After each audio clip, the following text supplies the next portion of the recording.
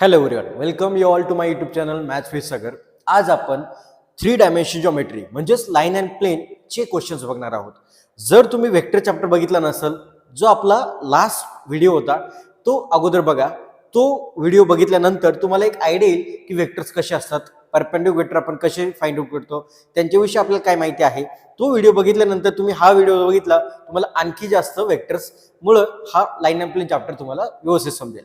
तर या चॅप्टरचं वेटेज ना आपल्याला 8 मार्काचं असतं. जवळपास 8 ते 10 क्वेश्चन्स, 8 ते 10 मार्काचे क्वेश्चन्स यावरती असतात. म्हणजे 4 ते 5 क्वेश्चन्स तर या चॅप्टरवरती नक्कीच असतात. हाय वेटेज असणारा चॅप्टर आपला कोणता आहे तर वेक्टर चॅप्टर. त्याच्यावरती 6 क्वेश्चन्स असतात आणि या चॅप्टरवरती आपल्याला 4 ते 5 क्वेश्चन्स असे येऊ शकतात. चला मग आता विदाउट वेस्टिंग आपण स्टार्ट करूया. तर आता आजचा आपला हा पहिला क्वेश्चन आहे, लाईन्स बद्दल दिलेला आहे. लाईन्स हा आपला कार्टेशियन फॉर्म आहे. या क्वेश्चनला सॉल्व्ह करण्या अगोदर आपण याची थोडीशी काय करूया, जॉमेट्री बघूया. तर आता लाईनचं आपलं डायग्राम अशी असते. लाईनवरती आपला एक पॉईंट जो असतो ना, तो पॉईंट आपल्याला x - x1 y - y1 z - z1 ने दिलेला असतो. जो x1 y1 z1 मी आता बोललो तो आपला तो लाईनवरचा एक पॉईंट असतो. सो आपला जो पॉईंट काय येईल 3 2 5 असा हा त्या लाईनवरचा एक पॉईंट आहे. आणि b1 बार काय 1 1 - k ने आपण काय करू शकतो, बी बार या लाईनला पॅरलल असं दाखवू शकतो. म्हणजे या लाईनला एक पॅरलल वेक्टर असतो ज्याला आपण b1 बार असं म्हणतो, ज्याचे कॉम्पोनंट आपले 1 1 - k आहेत. आता या लाईन आणि ही लाईन या दोन्ही लाईन्स आपले कसे आहेत, कोप्लेनर आहेत. त्यामुळे कोप्लेन म्हणजे एकाच प्लेन मध्ये असल्यामुळे मी एकाच बोर्ड वरती या दोन लाईन्स अशा डायग्रामने दाखवू शकतो. आणि सेकंड जो पॉईंट आपल्याला दिलाय तो पॉईंट काय आहे आपला 4 3 आणि 3 आहे. आता पहिल्या लाईनला पॅरलल वेक्टर b1 बार, तर दुसऱ्या लाईनला पॅरलल वेक्टर आपण b2 बार हा दाखवू शकतो. आता हा जो पॉईंट आहे a पॉईंट आणि b पॉईंट यांना जॉईन करणारा जो आपला वेक्टर आहे AB बार, तो पण याच प्लेन मध्ये आला. मग आता या डायग्राम वरून आपल्याला एक कळतं की B1 बार B2 बार हे तर त्याच प्लेन मध्ये आहेत, पण त्यांचा जो येणारा क्रॉस प्रोडक्ट आहे म्हणजे B1 बार क्रॉस B2 बार हा आपला या पेनासारखा असतो. पेनासारखा म्हणजे कसं, या पूर्ण बोर्डला आपला कसा असतो वेक्टर हा परपेंडिक्युलर असतो. मग हा वेक्टर जर या बोर्डला परपेंडिक्युलर असेल तर या AB बारला काय असतो, ऑब्विसली परपेंडिक्युलर. आणि परपेंडिक्युलरचा डॉट प्रोडक्ट काय असतो, 0 असतो. सो आपण लिहू शकतो AB bar dot B1 bar cross B2 bar equal to 0. आता हे जे दिसतंय एक वेक्टर डॉट दोन वेक्टरचा क्रॉस प्रोडक्ट हा आपल्याला एक्झॅक्टली बॉक्स प्रोडक्ट देत असतो. आणि बॉक्स प्रोडक्ट आपला ऍक्च्युअली काय असतो, डिटर्मिनंट इक्वल टू 0 असतो. म्हणजे आपल्याला इथं कळलं की आपला डिटर्मिनंट इक्वल टू 0 येणार आहे. पण त्याच्या अगोदर आपल्याला AB बार हा वेक्टर फाइंड आउट करावा लागेल. मग आता B बार AB बार म्हणजे काय, ए आणि बी पॉइंटला जॉईन करणारा वेक्टर. तो कसा फाइंड आउट करतो आपण, टर्मिनल मायनस इनिशियल पॉइंटचे कोऑर्डिनेट आणि त्याला IJK अटॅच करत असतो. सो 4 - 3 1 I आपण असं लिहून घेऊया. 3 - 2 प्लस 1 जे आपण असं लिहून घेऊया. आणि 3 - 5 दॅट इज -2k असा माझा AB बार आला. आता आपल्याला बॉक्स प्रोडक्ट इक्वल टू 0 दाखवायचं असेल तर आपला डिटर्मिनंट इक्वल टू 0 असं असतं. फर्स्ट रो म्हणजे AB बार. सो AB बार आपला आहे 1 1 - 2. सेकंड रो आपला B1 बारचे कॉम्पोनंट असतात. B1 बार म्हणजे फर्स्ट लाईनचा पॅरलल वेक्टर जो आहे 1 1 - k. सो सेकंड आपली रो आली 1 1 - k. आणि थर्ड रो ऑब्विसली काय येणार आहे, K1 आणि 2 येणार आहे. So K1 2. आता हा डिटर्मिनंट इक्वल टू आपला 0 असेल, आपण डिटर्मिनंट सॉल्व्ह करूया. सो आपण 1 घेतला, ब्रॅकेटमध्ये काय येईल 2 1 2 प्लस k. इथे आपण लिहून घेणार 2 प्लस k. मिडलला आपण -1 साइन देतो, -1 times corresponding column row delete केले. 2 × 1 2 आणि minus into minus k square that is 2 plus k square आपण असं लिहू शकतो. आणि लास्टला plus into minus -2 inside of bracket 1 - k equal to 0 आपला असा आन्सर येणार आहे. आता एकतर आपण काय करणार, इक्वेशन मध्ये k ची व्हॅल्यू पुट करून बघणार, नाहीतर इक्वेशन सॉल्व्ह करणार. चला तर आपण सॉल्व्ह करूया. 1 ने मल्टिप्लाय जर केलं तर 2 plus k -2 - k square -2 plus 2k equal to 0 असं आपल्याला भेटलाय. -k square as it is राहील. आता k च्या टर्म्स बघूया. हा प्लस k आणि हा प्लस 2k प्लस 3k झाला. 2 - 2 तर कॅन्सल झाले, उरले फक्त -2 equal to 0. So we get k square -3k plus 2 equal to 0 आपल्याला असा आन्सर भेटलेला आहे. आता जर आपण एक ऑर्डर इक्वेशन सॉल्व्ह केलं, मल्टिप्लिकेशन पाहिजे 2, ऍडिशन पाहिजे 3. So we get k -2 and k -1 = 0. So बघा बरं केची व्हॅल्यू काय आल्या, केची व्हॅल्यू आले आहे 1 आणि 2. कोणता ऑप्शन दिसतोय आपल्याला, सिंपल ऑप्शन ए आपल्या इथे दिसतोय. So option A is correct. चलो right down fast. Now the next question is angle theta between the line and the plane. आता दोन लाईन्स मधला अँगल विचारला असेल तर आपण कॉस यूज करतो, दोन प्लेन्स मधला विचारला असेल तर आपण कॉस यूज करतो, आणि लाईन आणि प्लेन विचारलं असेल तर आपण साइन थिटा हा अँगल यूज करत असतो. आता अँगल तर आपल्याला माहिती आहे साइन थिटा आपण यूज करणार आहोत, पण कोणत्या दोन वेक्टर मधला आपण अँगल यूज करणार ते नीट लक्ष देऊन ऐका.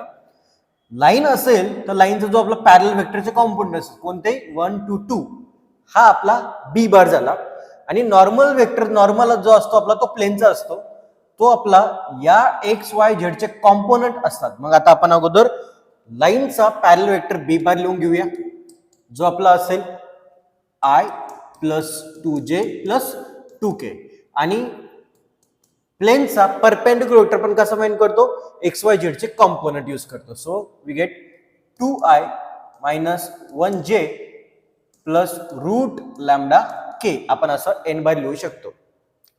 आता आपल्या अँगलचा फॉर्म्युला असा असतो, sine theta = b bar dot n bar upon mod b bar dot mod n बार. मग आता काय करूया, आपण सगळ्या व्हॅल्यूज अगोदर फाइंड आउट करूया. b बार डॉट n बार आपण जर सॉल्व्ह केला तर b बार डॉट n बार = आपला काय येईल, करस्पॉन्डिंग कॉम्पोनंटचं मल्टिप्लिकेशन 2 1 2 2 × -1 -2 आणि 2 × लॅम्बडा 2 लॅम्बडा 2 √λ असा आपला आन्सर येणार आहे. मग 2 - 2 तर कॅन्सल झाले. So we get only 2 √λ. आम्हाला b bar dot n bar भेटला.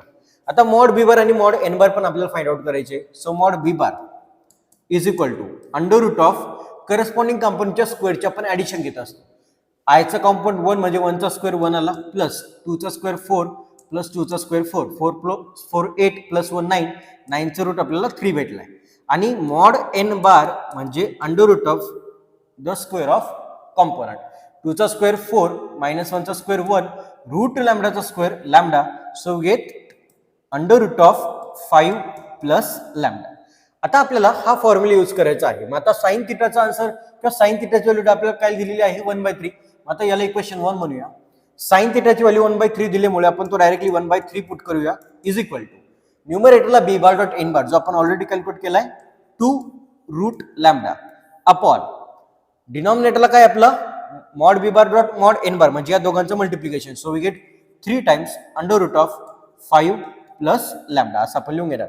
आता नीट ऑब्झर्व केलं तर हे 3 3 काय आले कॅन्सल, आणि आपल्याला डायरेक्टली काय भेटलं 2 √λ upon √5 + lambda = 1.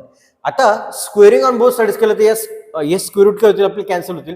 So we gate 2 चा स्क्वेअर 4 √λ चा लॅम्बडा अपॉन 5 + लॅम्बडा = 1 चा स्क्वेअर आपल्याला 1 भेटला. आता हे सॉल्व्ह करूया. 5 + लॅम्बडा तिकडे गेला, 4 लॅम्बडा = 5 + लॅम्बडा, लॅम्बडाला आपण इकडे पाठवलं तर 4 lambda - lambda 3 lambda = 5 and final answer lambda = 5/3. कुठे दिसतोय बरं 5/3? ऑप्शन ए मध्ये दिसतोय. So option A is correct. Write down fast. आता लॅम्बडाची व्हॅल्यू आपण 5/3 आपण आन्सर टिक केलाय, पण करेक्ट आहे का ते एकदा बघा बरं.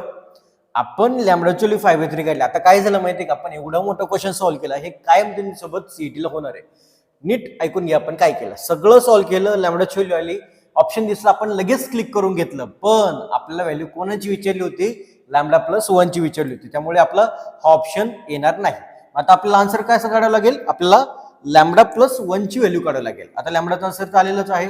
सो लॅम्बडा +1 = लॅम्बडाची व्हॅल्यू आपण 5/3 टाकूया +1. सो क्रॉस मल्टिप्लिकेशन जर केलं तर आन्सर आलं 8/3. So option C is correct. कळलं आपलं कुठं चुकलं होतं. आपल्याला लॅम्बडाची व्हॅल्यू काढली होती, आपल्याला लॅम्बडा +1 ची व्हॅल्यू विचारली होती. चला पटकन लिहून घ्या. आता the next question is the length of foot of perpendicular from the point. आता हा जो पॉइंट दिलाय ना, सपोज हा पॉइंट आहे आणि हे प्लेन आहे आपलं, आणि या दोघांमधलं डिस्टन्स आपल्याला फाइंड आउट करायचं आहे. तर आपण काय करूया, परपेंडिक्युलर पुट करूया. आता हे परपेंडिक्युलर डिस्टन्स आपलं शॉर्टेस्ट डिस्टन्स असणार जे आपल्याला विचारलेलं आहे. मग आपल्याला पॉइंट काय दिलाय 1 3/2 आणि 2 पॉइंट दिलाय. प्लेनचं इक्वेशन तुम्हाला दिसतच असेल. तर डिस्टन्स काढायचं असेल तर डिस्टन्स म्हणजे डी असेल, तर डिस्टन्सचा फॉर्म्युला खूप सोपा आहे. हा पॉइंट डायरेक्टली आपण या क्वेश्चन आपल्या इक्वेशन मध्ये पुट करणार. एक्सची व्हॅल्यू 1, वायची व्हॅल्यू 3/2 आणि झेडची व्हॅल्यू 2 पुट करणार. डिनॉमिनेटरला अंडर रूट मध्ये करस्पॉन्डिंग कंपोनंटच्या स्क्वेअरचे आपण ऍडिशन करतो. हा सिंपल फॉर्म्युला आहे.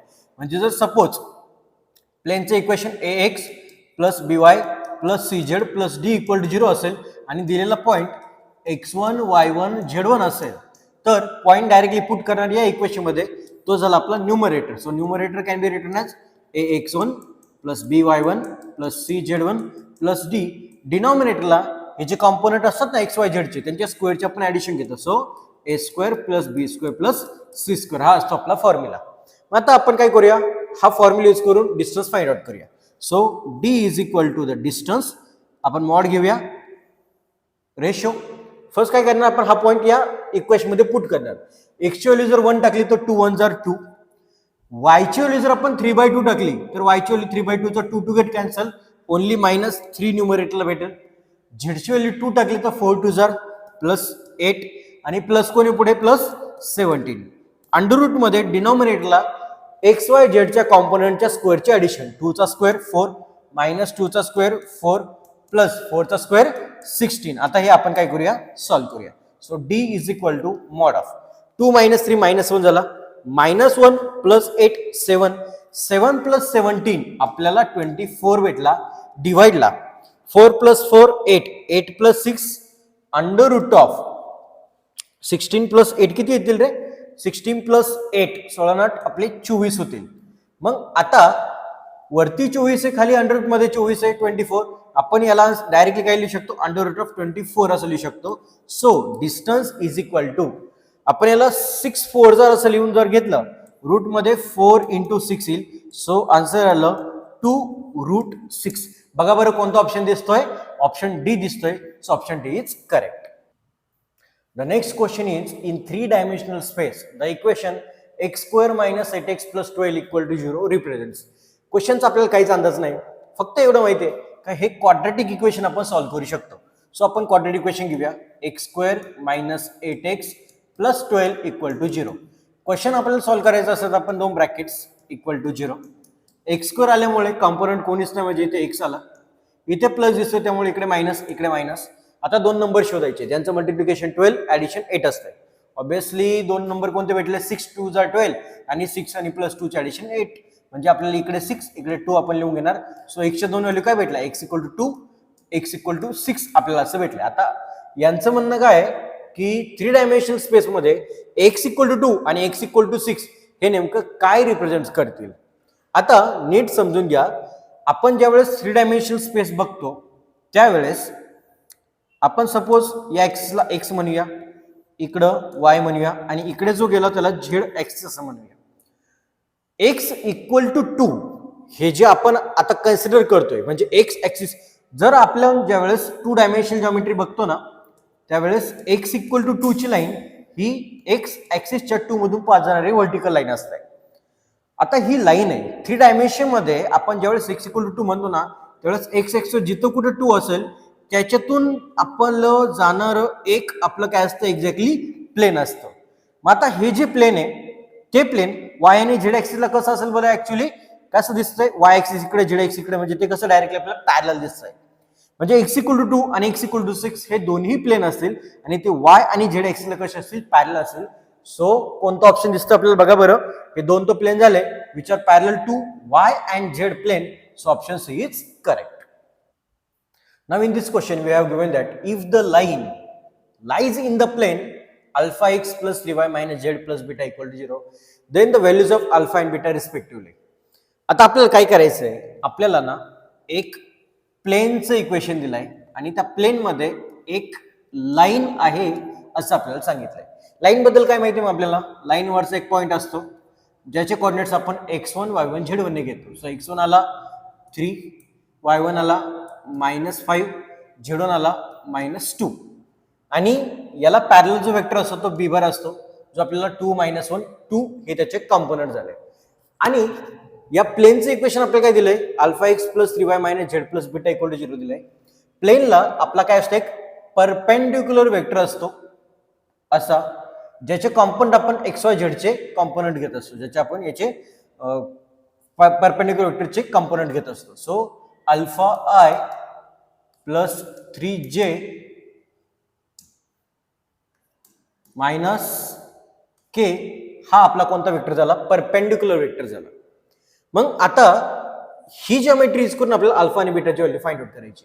आता नीट विचार करा, आपला जो हा बी बार आहे तो या वेक्टरला कसा असेल बरं? एन बारला एक्झॅक्टली काय असेल? परपेंडिक्युलर.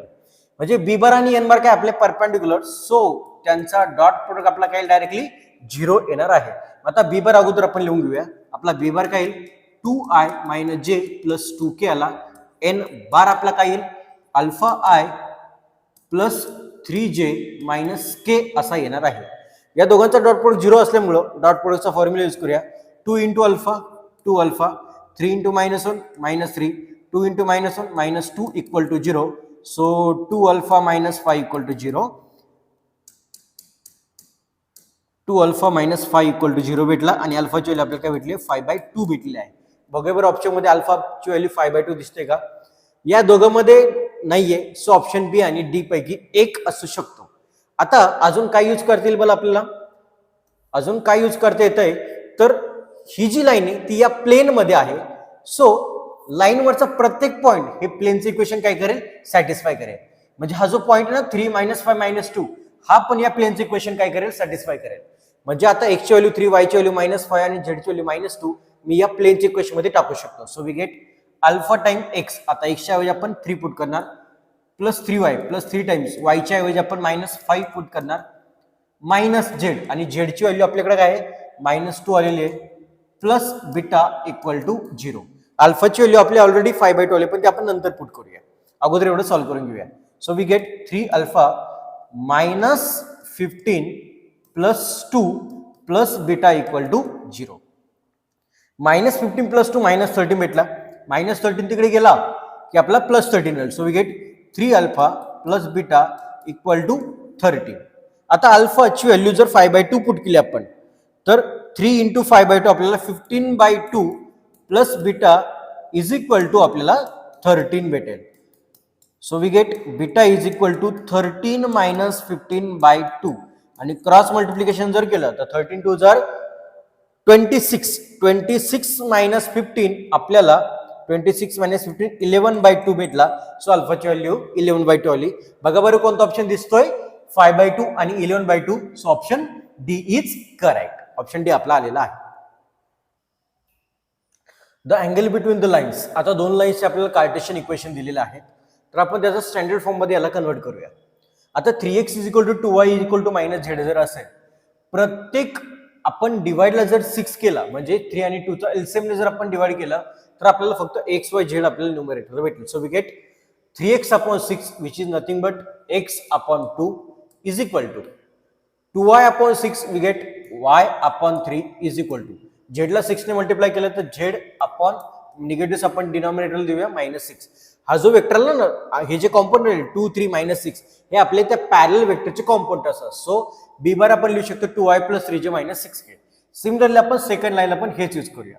आता 6 आणि 4 चा एलसीएम जर आपण घेतला तर आपल्याला 12 भेटतो. म्हणजे आपण 12 ने डिवाइड जर केलं तर सेकंड लाईनला आपल्याला x/-12 भेटेल is equal to y/2 is equal to z/-3 असा भेटेल. सो आपण b1 बार लिहू शकतो 2i + 3j - 6k. b2 बार लिहू शकतो -12i + 2j - 3k. आता आपला फॉर्म्युला जो आहे ना अँगल बिटवीन टू लाईन्सचा तो आपला असा असतो cos θ = mod of b1 bar dot b2 bar upon mod of b1 bar into mod of b2 bar. अगोदर काय आपण फाइंड करूया b1 bar dot b2 bar find out करूया. सो इकडे करूया तो फाइंड आपण b1 bar dot b2 bar is equal to या दोघांच्या करस्पॉन्डिंग कॉम्पोनंटचं आपण मल्टिप्लिकेशन घेत असतो. सो वी गेट 2 × -12 -24 3 × 2 +6 आणि -6 × -3 +18 आपल्याला भेटेल. हा -24 ॲज इट इज 6 + 18 +24. अरे वाह, b1 बार डॉट b2 बार आपल्याला काय भेटला? 0 भेटला. म्हणजे जर आपण इथे पुट केला तर न्यूमरेटर 0 असेल, डिनॉमिनेटर काढायची गरजच नाहीये. So we get cos θ = 0. cos θ जर 0 असेल तर थिटाची व्हॅल्यू काय आली आपली? Obviously π/2. So which option is correct? Option C correct आपल्याला भेटलेला आहे. So option C is correct. आता या क्वेश्चन मध्ये आपल्याला ना if the directed lines make an angle 45 degree 60 degree with the X and Y axis respectively then the obtuse angle theta made by the line with the Z axis आपल्याला विचारलेला आहे. Obtuse म्हणजे obviously 90 पेक्षा मोठा angle आपला असेल. आता नीट विचार करा, आपल्याला जर 3 डायमेन्शन जॉमेट्री आपण बघितली आणि एक आपण लाईन आपण पास करतोय या ओरिजिन मधून, तर या लाईनने एक्स ऍक्सिस सोबत वाय ऍक्सिस सोबत झेड ऍक्सिस सोबत जे अँगल तयार करतात त्याला आपण डायरेक्शन अँगल असं म्हणतो.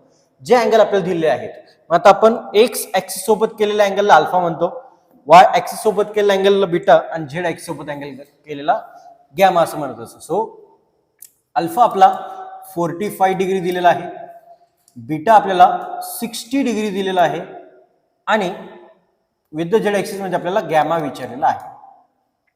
मग आता डायरेक्शन अँगल आपलं एक इक्वेशन सॅटिस्फाय करतात जे असं असतं cos square alpha plus cos square beta plus cos square gamma is equal to 1. आता कॉस 45 ची व्हॅल्यू 1/√2, 1/√2 चा स्क्वेअर जर केला तर आपल्याला 1/2 भेटेल. कॉस स्क्वेअर बीटा, आता कॉस 60 ची व्हॅल्यू आपली 1/2 असते, 1/2 चा स्क्वेअर केला तर 1/4 भेटतो plus cos square gamma is equal to 1 आपण असं लिहू शकतो.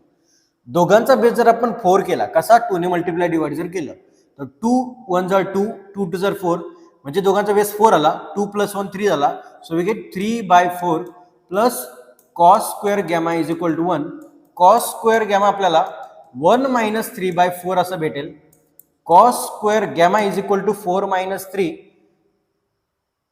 1 - 3/4 ऑब्विसली 4 - 3 दॅट इज 1/4 असं भेटेल आणि कॉस गॅमाची व्हॅल्यू आपल्याला ±1/2 अशी भेटेल. मग आता इथे जे अँगल आहेत ते सगळे आपले अबोव द 90 आहे आणि पॉझिटिव्ह असेल तर हे पॉसिबल होणार नाही. सो आपल्याला कॉस गॅमाची व्हॅल्यू निगेटिव्ह घ्यावी लागेल. का बरं? कारण 90 पेक्षा जर जास्त पुढे गेला आपला अँगल तर कॉस आपला काय असतो? निगेटिव्ह असतो. सो आपण काय घेऊया? कॉस गॅमाची व्हॅल्यू -1/2 घेऊया. आता विचार करा, बाय युजिंग ट्रिग्नोमेट्री कॉसची व्हॅल्यू 1/2 फर्स्ट क्वाड्रंट मध्ये ही 60 डिग्रीला असते, बरोबर.